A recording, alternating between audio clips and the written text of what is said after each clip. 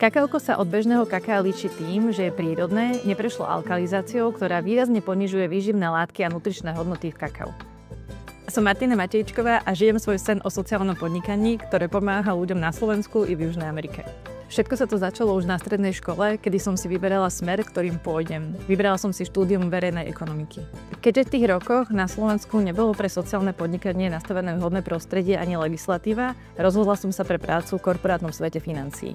Z Bratislavy som sa presťahovala do Curychu a neskôr na 5 rokov do Paríža. Tam som mala na starosti globálnych klientov. Bolo to veľmi zaujímavé, no napriek tomu som cítila, že chcem žiť a pracovať inak. V jednom momente som sa rozhodla, že idem do toho.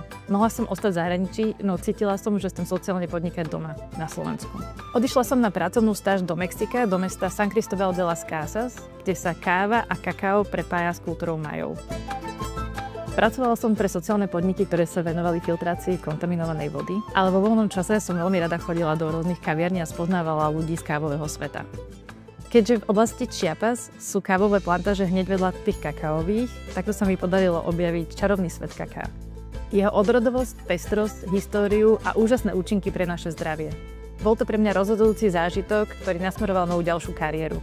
V roku 2018 som sa už s jasným podnikateľským plánom vybrala do Južnej Ameriky. S batohom na chrbte som spoznávala rôzne plantáže v týchto krajinách, nastavovala podmienky dodania a objavovala rôzne odrody a kvality kaká. Nakoniec som si vybrala Kolumbiu, pretože som veľmi citlivo vnímala komplexnosť tém spoločenských a sociálnych pomerov. Začali sme spolupracovať s plantážami a so združeniami, ktorí motivujú bývalých pestovateľov koky, aby prešli na prémiové kakao. Dnes sa im vďaka aktivitám kakaoka stali z bývalých pestovateľov koky kokaleros hrdí a šťastní kakaoteros, pestovatelia prémiového kaká, ktorí žijú v bezpečí a v miery. Prešli sme si dlhou kľukatou cestou. Od prvého dovozu z Kolumbie, hĺbkových kontrol, cez prípravu grafík, etikiet, vytvorenia prvej kakaotérie, integračného sociálneho podniku, e-shopov a mnohých ďalších. Špecializujeme sa na kakao tej najvyššej kvality Fino de Aroma. Pôvod nášho kaká je transparentný a vystopovateľný až ku konkrétnemu regiónu, farme a farmárovi. Naše single origin kakao pochádza vždy z jednej oblasti, ktorej špecifickú chuť odráža. Práve kakao je super potravina prospešná pre naše zdravie. Je plné antioxidantov a magnézia.